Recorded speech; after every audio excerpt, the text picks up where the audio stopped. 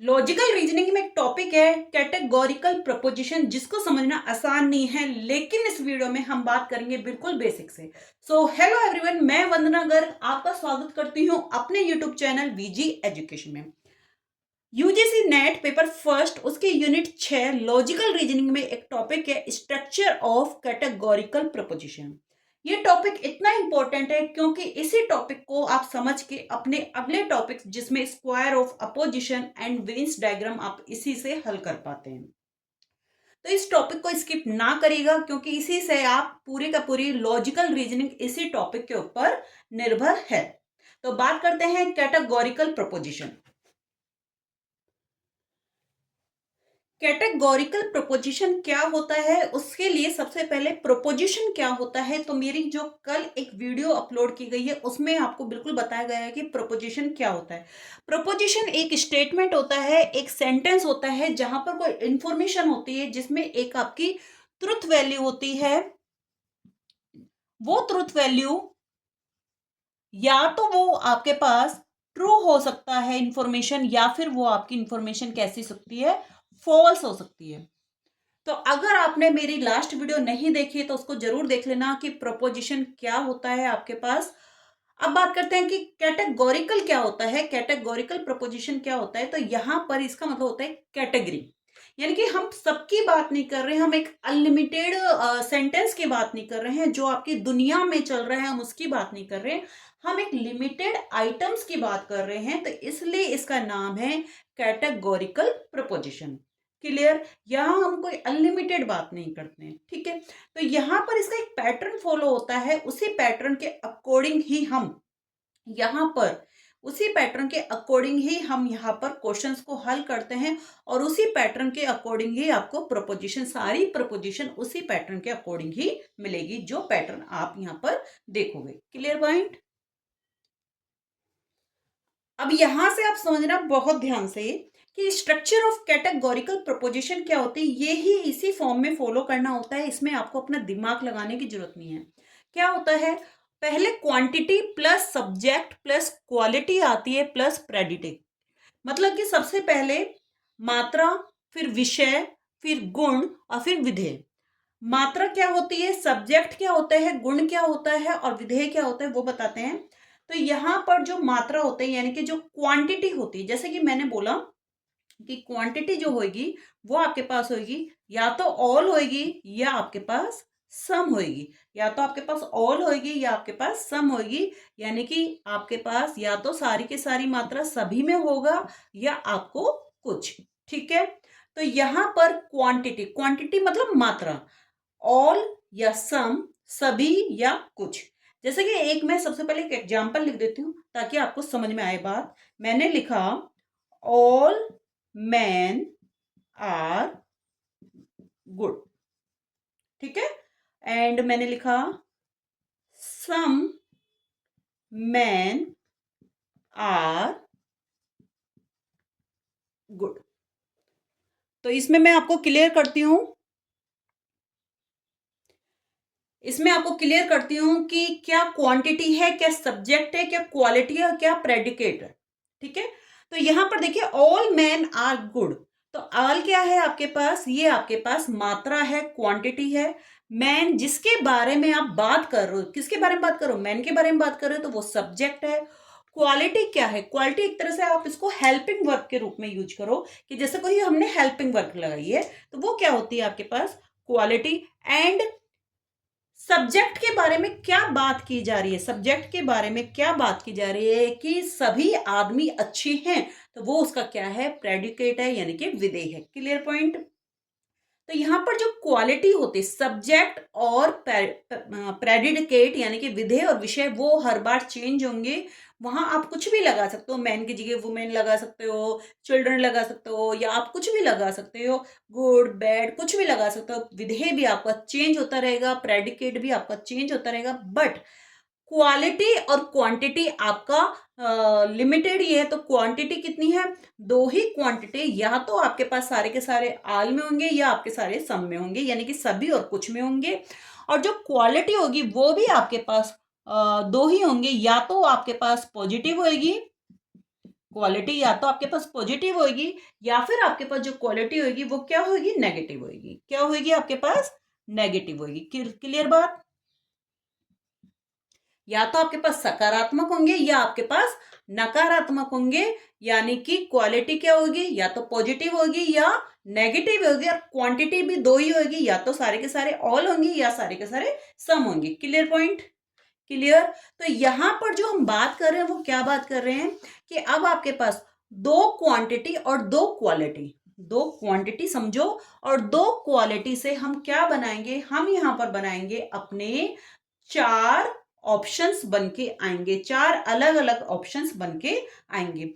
यानी कि एक और चीज मैं बीच में बताना चाहूंगी कि जो टाइप ऑफ क्वांटिटी आपने बोला ना ऑल, तो ऑल को हम क्या बोलेंगे, हम इसको बोलेंगे यूनिवर्सल। क्या बोलोगे आप इसको, यूनिवर्सल, यानी कि सार्वभौमिक, जिसको आप हिंदी में बोलोगे। और जो कुछ होगा वो होगा आपके पास पर्टिकुलर। क्या होगा आपके पास, पर्टिकुलर। पर्टिकुलर मतलब विशेष। ठीक है। तो इस type of quantity, type of quantity कितनी हुई, दो हुई, और टाइप ऑफ क्वालिटी भी कितनी हुई, दो ही, पॉजिटिव और नेगेटिव, यानी कि आपके पास एक सकारात्मक हुई और एक बच्चे आपके पास कौन सी हुई, नकारात्मक हुई। क्लियर। तो इस दो क्वालिटी और दो क्वांटिटी के से हमारे चार अलग अलग ऑप्शन बन के आते हैं। वो कौन कौन से ऑप्शन से बन के आते हैं वो मैं आपको बताती हूं। तो दो क्वांटिटी और दो क्वालिटी से अपने पास चार ऑप्शन बन के आए हैं। वो है आपके पास, देखिए, ऑल, एक आपने क्वांटिटी ली और क्वालिटी क्या ली, आपने पॉजिटिव ली, ऑल मैन आर गुड। ठीक है। अब आपने नेगेटिव क्वालिटी ले ली, नेगेटिव क्वालिटी मतलब are not, all man are not good, और हम इसको इस तरीके से भी लिख सकते हैं, नो मैन आर गुड, यानी कि कोई भी व्यक्ति, सभी आदमी अच्छे नहीं है। या हम इसको ये भी लिख सकते हैं कि कोई भी आदमी अच्छा नहीं है, कोई भी पुरुष अच्छा नहीं है। ठीक है। अब हमने क्वांटिटी, क्वांटिटी क्या ले ली हमने, दूसरी क्वांटिटी ले ली सम।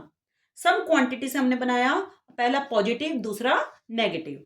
सम man are good and some man are not good. तो यानी कि हमारे पास ये क्या आया, ये आया आपके पास यूनिवर्सल पॉजिटिव स्टेटमेंट। क्या निकल के आया आपके पास बच्चे, यूनिवर्सल, यूनिवर्सल पॉजिटिव स्टेटमेंट। और ये क्या निकल के आया, यूनिवर्सल नेगेटिव स्टेटमेंट। ये क्या निकल के आया आपके पास, पर्टिकुलर पॉजिटिव स्टेटमेंट। और ये निकल के आया पर्टिकुलर नेगेटिव स्टेटमेंट। यानी कि आपके पास क्या निकल कर आया है, एक निकल के आया आपके पास सार्वभौमिक सकारात्मक, एक सार्वभौमिक नकारात्मक, एक आपके पास आया विशेष सकारात्मक और विशेष नकारात्मक सेंटेंस आपके पास निकल के आए। ठीक है।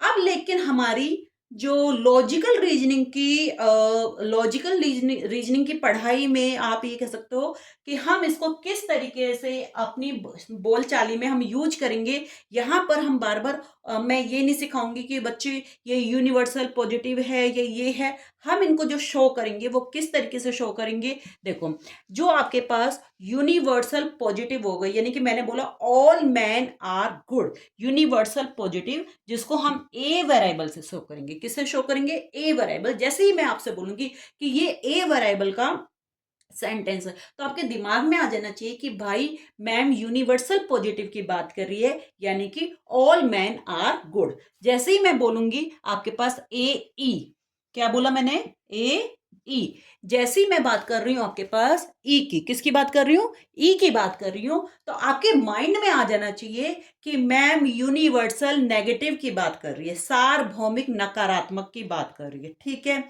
और उसके बाद मैंने बोला सम मैन आर गुड, तो ये क्या है, पर्टिकुलर विशेष है, जिसके पर्टिकुलर सकारात्मक है, अफर्मेटिव है, तो इसको हम किससे शो करेंगे, आई से। किससे शो करेंगे हम इसको, आई से शो करेंगे। और उसके बाद आपके पास some man are not good, some man are not good, ये क्या है आपके पास पर्टिकुलर नेगेटिव है, जिसको आप किससे शो करोगे, ओ से शो करोगे। ठीक है, तो जैसे ही हम आपको बोलेंगे ए ई आई ओ, तो आपके माइंड में ये बिल्कुल समझ में आ जाना चाहिए कि ए क्या है आपके पास यूनिवर्सल अफर्मेटिव है, ई यूनिवर्सल नेगेटिव है, आई पर्टिकुलर अफर्मेटिव है और ओ पर्टिकुलर नेगेटिव है। आई होप आपको इस समझ में आ गया होगा, क्योंकि इसमें कैटेगोरिकल प्रपोजिशन में का जो स्ट्रक्चर है ए ई आई हो फॉर्म, ये हमें बिल्कुल समझ में आना चाहिए, इसी से हम आगे लॉजिकल रीजनिंग कर पाएंगे। क्लियर? तो अब हम एक बार रिकैप ले लेते हैं कि आपने इसमें क्या क्या सीखा। तो आपने अब इसमें सीखा है स्ट्रक्चर ऑफ कैटेगोरिकल प्रपोजिशन में quantity plus subject plus quality plus predicate, यानी कि मात्रा प्लस विषय प्लस गुण प्लस विधेय। ठीक है, इसमें फिर टाइप ऑफ क्वांटिटी हमने सीख ली बच्चे कि ऑल और सम। ऑल को हम बोलते हैं यूनिवर्सल यानी कि सार्वभौमिक, और सम को हम बोलते हैं पर्टिकुलर यानी कि विशेष। ठीक है, कुछ और विशेष। ठीक है, टाइप ऑफ क्वालिटी आपके पास क्या बताई गई है, वो बताई गई है आपके पास पॉजिटिव और नेगेटिव यानी कि सकारात्मक और नकारात्मक। और इन्हीं दोनों क्वालिटी और इन्हीं दोनों क्वांटिटी से हमने चार अलग अलग हमने क्या बना दिए हैं, अपने ऑप्शंस तैयार कर दिए हैं। एक हमारे पास ऑप्शन आया है यूनिवर्सल अफर्मेटिव का, यानी कि सार्वभौमिक सकारात्मक, जिसको हम ए से शो करेंगे। ए से हम शो करेंगे ऑल मैन आर गुड, सभी पुरुष अच्छी हैं। ठीक है, एक आया है यूनिवर्सल नेगेटिव सार्वभौमिक नकारात्मक, जिसको आपने ई से शो करा है नो मैन आर गुड, कोई भी पुरुष अच्छा नहीं है। थर्ड आपके पास आता है आई, जिसको हमने पर्टिकुलर अफर्मेटिव यानी कि सम मैन आर गुड यानी कि विशेष सकारात्मक, जिसको आप बोल सकते हो कुछ पुरुष अच्छे हैं। और लास्ट इज ओ से यानी कि पर्टिकुलर नेगेटिव विशेष नकारात्मक सम मैन आर नॉट गुड यानी कि कुछ पुरुष अच्छे नहीं हैं। ठीक है, तो आई होप आपको कैटेगोरिकल प्रपोजिशन में ए ई आई ओ समझ में आ गया है। जब तक आपको ये समझ में नहीं आएगा, आप आगे के टॉपिक सॉल्व नहीं कर पाएंगे, आप पेपर में एग्जाम में कोई क्वेश्चन नहीं बना पाएंगे। क्लियर? अब हम करते हैं आगे। आगे का जो हमारा टॉपिक है वो है अपना सिलोजिज्म। अब हम पढ़ रहे हैं अपना अगला टॉपिक सिलोजिज्म, जिसको हम युक्ति वाक्य भी बोलते हैं, न्याय वाक्य भी बोलते हैं और तर्क वाक्य भी बोलते हैं। क्या होता है ये सिलोजिज्म? ये एक तरह का तर्क ही है जो हमने कल पढ़ा, लेकिन उससे क्या अलग है वो मैं आपको बताती हूँ। A type of arguments in which the conclusion is drawn from two premises are given above. यानी कि सिलोजिज्म क्या है, यहाँ पर आपके जो प्रीमाइस होते हैं वो दो होते हैं और उसका एक कंक्लूजन आपके पास निकल के आता है। यानी कि सिलोजिज्म किससे बनता है? दो प्रीमाइस प्लस एक कंक्लूजन, यानी कि युक्ति वाक्य क्या है? एक प्रकार का तर्क है जिसमें दो आधार दे रखे होते हैं, उससे हम एक निष्कर्ष निकालते हैं, उसी को आप क्या बोलते हो? न्याय वाक्य बोलते हो। समझ में आ गया?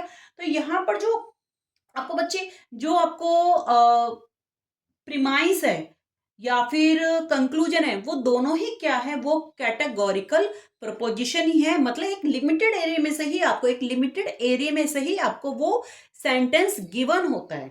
समझ में आ रही है बात? लिमिटेड एरिया में से ही वो आपको सेंटेंस गिवन होता है। तो ये प्रपोजिशन मैं बार बार बोल रही हूँ, तो क्या है, तो उसके लिए आप प्लीज मेरी लास्ट वाली वीडियो देखना, ताकि आपको बिल्कुल कॉन्सेप्ट समझ में आएगा। ठीक है, तो इसको हम सिलोजिज्म को हम एक एग्जाम्पल के से समझ लेते हैं कि क्या है इसका एग्जाम्पल। तो इसको एग्जाम्पल से आप समझिए कि प्रीमाइस वन और प्रीमाइस टू, दो प्रीमाइस हमको दे रखे हैं, all mammals are animal, and premise two दे रखा है all elephants are mammal. So conclusion क्या निकल के आया कि therefore all elephant are animal. यानी कि दो प्रीमाइस से हमने क्या निकाला? हमने दो प्रीमाइस से निकाला कि इसका कंक्लूजन क्या है? सभी स्तनधारी जानवर है, सभी हाथी स्तनधारी है, तो सभी हाथी भी क्या है? जानवर है। तो यानी कि दो आधारों के आधार पर हम अगर एक निष्कर्ष निकालते हैं तो हम इसी को क्या बोलते हैं? युक्ति वाक्य, न्याय वाक्य या तर्क वाक्य हम बोलते हैं, सिलोजिज्म बोलते हैं। तो यहाँ आपको युक्ति वाक्य क्या है, सिलोजिज्म क्या है, वो आपको समझ में आ गया। आई होप आपको पूरी वीडियो बहुत अच्छे से समझ में आ गई है। अगर समझ में आई है तो प्लीज चैनल को लाइक करना, वीडियो को शेयर करना और चैनल को सब्सक्राइब करना ना भूलना।